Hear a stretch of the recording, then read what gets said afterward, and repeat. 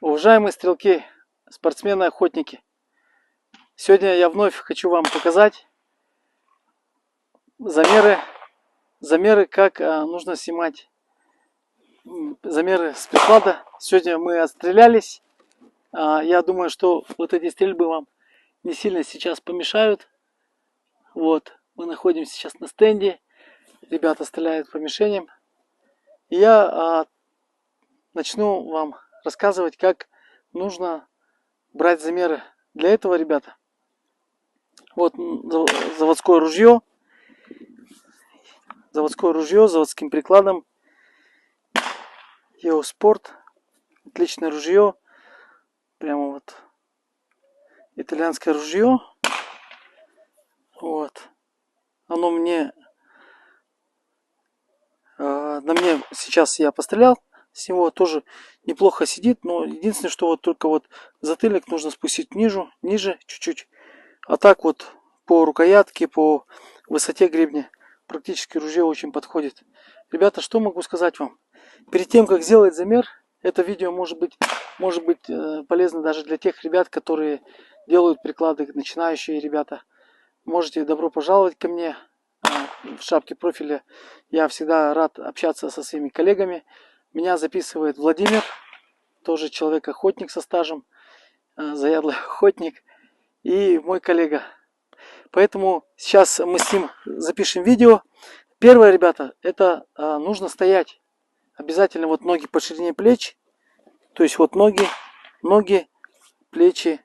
Вот. Это я вам сейчас разрисую то, к чему мы сейчас стремимся. Это цель, наша цель. То есть тело, оно должно остаться таким же, каким вы являетесь. Чуть-чуть накреняем голову. Вот так вот. И поворачиваем голову. Да, я хотел сказать. Поворачиваем голову. И вот немножечко, буквально 2-3 сантиметра опираемся на левую ногу. Вот. У меня ничего не меняется. Шея у меня не падает, не скашивается. Вот. Относительно. Я буду стрелять сейчас в ту сторону. Ружье, ребята, разряжено. Самая первая часть — это безопасность. Я вам тоже настоятельно рекомендую перед тем, как вы, если вы работаете холостой скидкой или когда-то скидываетесь, никогда не направлять в сторону людей. Но сейчас у нас идет техническая съемка, поэтому пожалуйста, не обессудьте. Я буду сейчас направлять ружье, поэтому в сторону оператора, в сторону объективов, для того, чтобы вам показать свою планку. И сейчас я хочу вам в таком же положении. Вот, ребята, вот изготовка, скидка, вкладка. Вот. Сейчас, пожалуйста, я попрошу Володю чуть-чуть отойти и показать мое телосложение, которое не поменялось. Вот, допустим, ребята. Вот. Чуть-чуть проще. Просто вес на левую ногу. Вот. В жизни это будет вот так. Фух, ну я не ковбой, конечно, так быстро стрелять, да, там. Но это гораздо чуть-чуть попроще в жизни выглядит. Поэтому обязательно накреняем вот ноги по ширине плеч. Поворачиваем голову. Нос у нас к ступне. Смотрим прямо, не из-под лба. Вот так вот. Наша задача, наша мерила, цель, как я говорил до этого, оставить вас в таком же положении. В природном вашем положении. Чтобы ружье под вас подстраивалось, подчинялось, а не вы под него. Вот. Ребята. Вот. Я как говорил, у меня ружье сейчас заводское. Поэтому все хорошо сидит, да. Но единственное, вот видите, вот затыльник немножко у меня торчит. Поэтому только вот такая-то часть у меня, часть затыльника прикасается. А нам нужно что, ребята? Я хочу заметить один момент. Приклад от слова ссылает на глагол прикладывать. Прикладывать — это значит что-то плотно, тесно прижимать к чему-то. Человек, когда стреляет из ружья, он хочет плотно стать одним целым, чтобы у нас не было люфтов, подкидываний, кивков всевозможных. Чтобы у нас при нажатии, медленном нажатии, этот путь дроби, снопа дроби ровно пошел по линии зрачка. Итак, у нас уже разряжено. Вот смотрите, ребята. Хоп. Я сейчас поворачиваюсь в сторону объектива. Вот видите, у меня глаз сидит. Глаз сидит. И при этом хочу обратить внимание, вот шея прямая. То есть я встал, как сейчас, немножко на дуплет. То есть дуплет это когда две мишени одновременно стреляют. Левая туда, правая сюда, это в спорте. А в реале это будет вот так. Вот, допустим, вот я сейчас смотрю вон туда. Алло, привет. И сейчас я повернусь на вас, смотрите. Я поворачиваюсь на вас. Хоп. Ружье разряжено.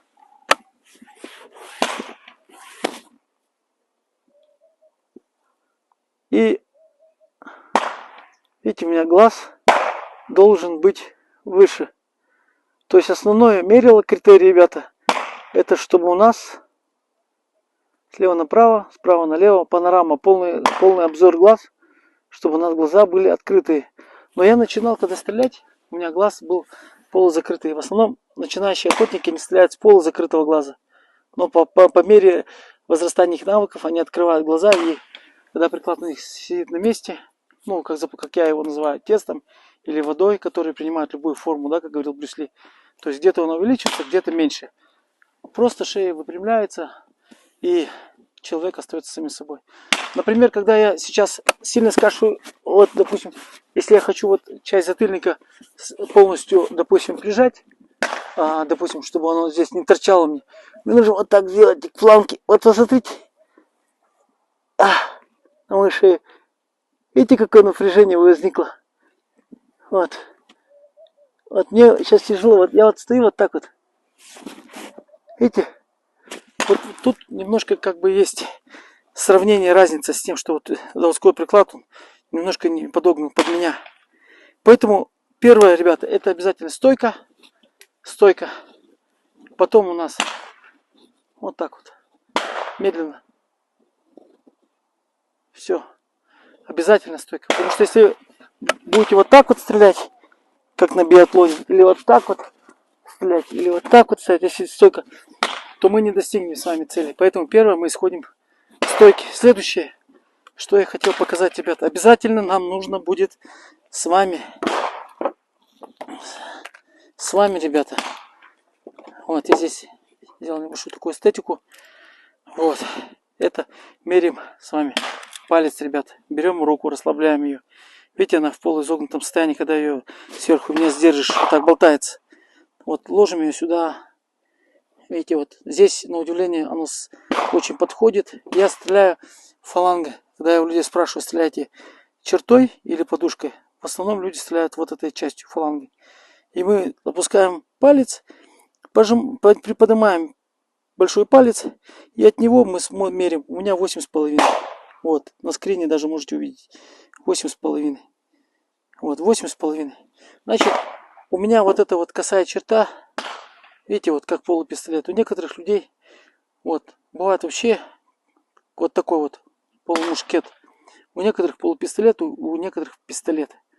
Поэтому вот именно вот эта вот косая радуга, она именно, ребята, идет от указательного пальца. Путешествие начинается от указательного пальца. Следующее, мы не отходим от руки, не отходим от нашей кисти. Вот, мы берем кулачок, драться мы не будем. Берем с вами, мерим. С перчатки я буду стрелять или без перчатки? Я не хочу в перчатке. Вот примерно где-то это 90. Берем опять так же, можем с нею. И вот мерим. Видите, вот 90 у меня получается. 9 сантиметров. Вот я буду без перчатки. У нас есть конструктор. Мы на конструкторе пишем. И потом у нас это значение мы пишем. В конце, ребята, у нас должен получиться с вами проект. То есть, когда мы заполняем проверочный список, в конце у нас выходит приклад. И там есть все значения. Следующее. Ничего сложного нет, ребят.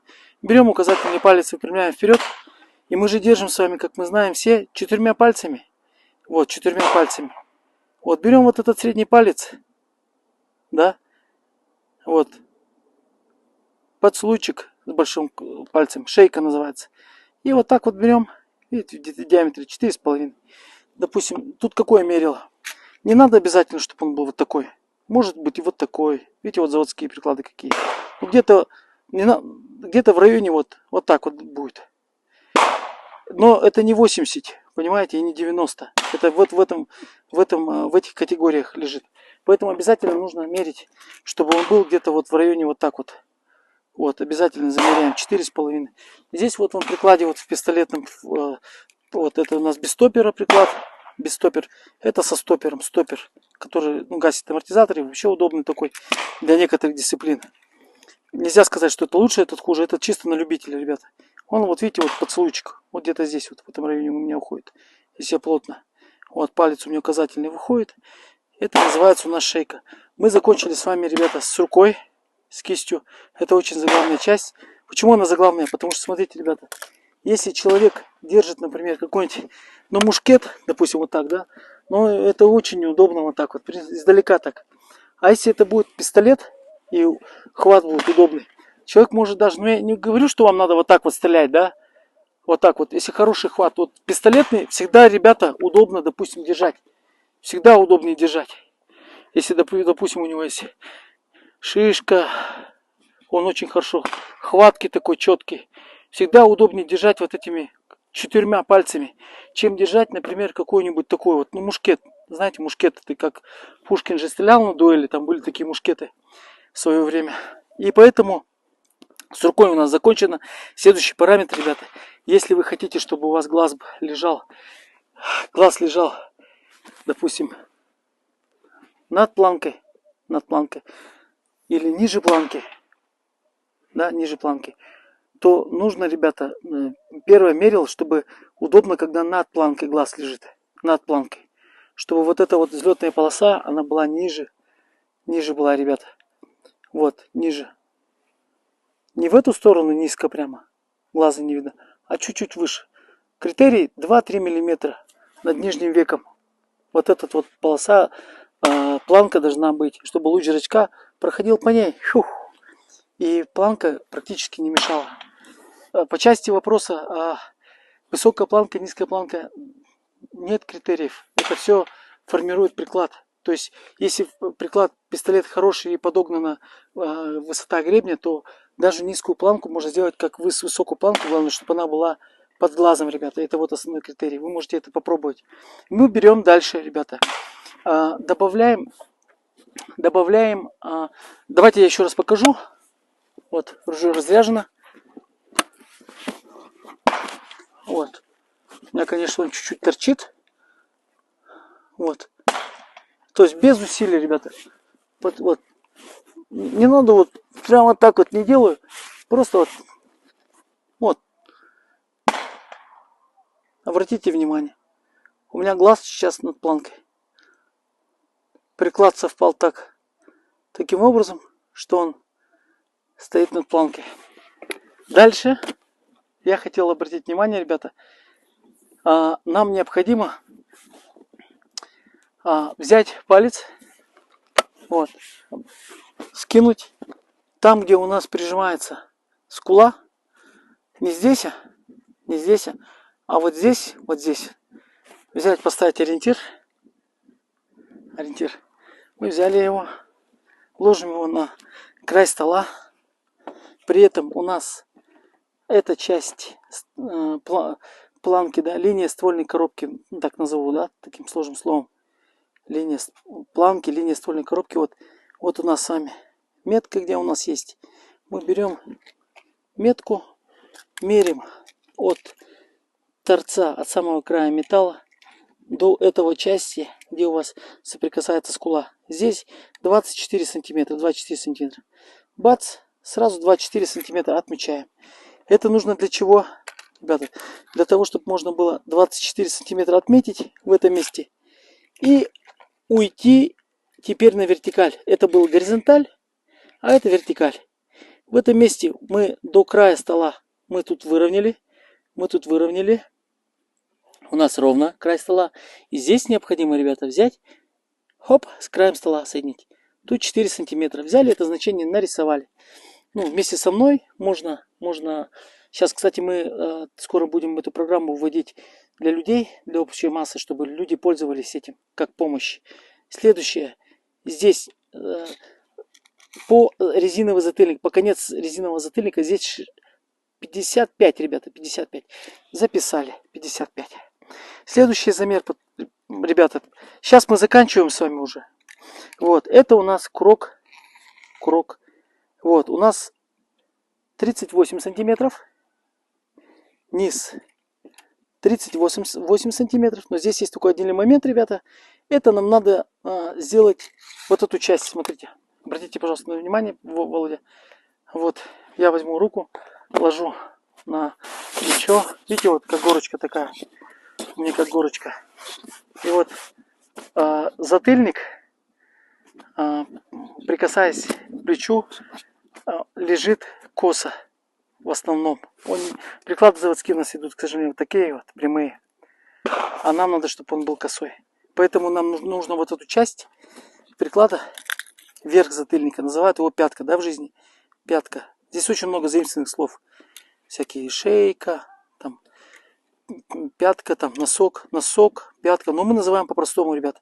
Верх затыльника, это низ затыльника. Верх затыльника должен чуть-чуть обгонять. Здесь должно быть тело, то есть дерево должно быть, чтобы он был вот такой вот. Вот такой. Если я возьму сейчас скину, обратите внимание. Вот, было бы здорово, если бы он был бы у меня вот так вот. Видите, вот так повернут. А он, видите, прямо у меня. Это нужно для чего, ребята? Чтобы, допустим, кончики стволов у нас смотрели. Вот поворачиваем стволами к правой руке. Потому что часы здесь 12 часов. Здесь у нас 13:00. Надо, чтобы у нас ружье было по вашему размеру. Видите, под прикладом у нас зазор вышел. Зазор. Вот туда нужно добавить тело. Чтобы у нас путешествие при вскидывании получалось не с неба вниз, да, когда летит мишень. Допустим, летит мишень. Нужно скидка и под низу подсекаешь ее. Летит слева. Скинул стволы внизу и из-под низу подсекаешь. А у нас получается почему-то, когда мы ставим вот так вот ружье, у нас они смотрят вообще практически на 12:00. Здесь в части затыльника у нас неровно, как бугорок, поэтому выстрелы всегда происходят поверху. Поэтому в английское слово заимствовано pitch. Ну, в самолетах pitch. Рулем налево, крыло самолета налево, направо. И вот этот угол, крен, это называется pitch. Это очень важная часть для того, чтобы можно было улучшить свою стрельбу. Сейчас еще последний параметр называется, ребята, Монте-Карло. Монте-Карло, не знаю, почему его назвали Монте-Карло. Я смотрел в интернете. Это такой спуск затыльника, я бы так назвал. Город у нас называется во Франции Монте-Карло. Может, оттуда они пошли. Вот этот, видите, вот загиб. Это нужно, чтобы часть вот этого спуска затыльника нужна для того, чтобы можно было, смотрите, вот с такого положения поднять в такое положение. С такого, видите? То есть мы не 6-7 сантиметров, да, подниматься, а буквально чуть-чуть. Поэтому у нас, ребята, вот этот вот спуск затыльника, он бывает у нас 15 миллиметров, 20 миллиметров, 25 миллиметров. Надо очень учитывать, ребята, чтобы приклады были у нас немножко симметричные, чтобы у нас вот эта часть, задняя лопата и вот этот, ну, представляете, вот такой Монте-Карло будет, дикое такое Монте-Карло, ну, кому это понравится. Поэтому, ну, вот это вот маленький приклад, SK Small, вот их 3 таких вот модели, и поэтому обязательно нужно вот учитывать каждую часть симметрии, чтобы бились все размеры, например. Вот, чтобы бились все размеры. Вот, ребята, что могу вам еще сказать про приклад? Все, сейчас мы с вами провели такой небольшой экскурс по прикладу. Начинаем с пальца, кулака, шейки, длины, pitch, Монте-Карло. Все это мы сегодня прояснили. Я думаю, что вам это было полезно. Пожалуйста, пользуйтесь информацией. Приходите ко мне в шапку, в профиль. У меня есть WhatsApp. Если вопросы по стрельбе, я тоже буду рад с вами поделиться. Есть много ребят, которые сегодня по стрельбе и по прикладам тоже которые приходят. Есть чему у меня у вас поучиться. Поэтому мне было приятно с вами поделиться. Буду в дальнейших видео вам помогать.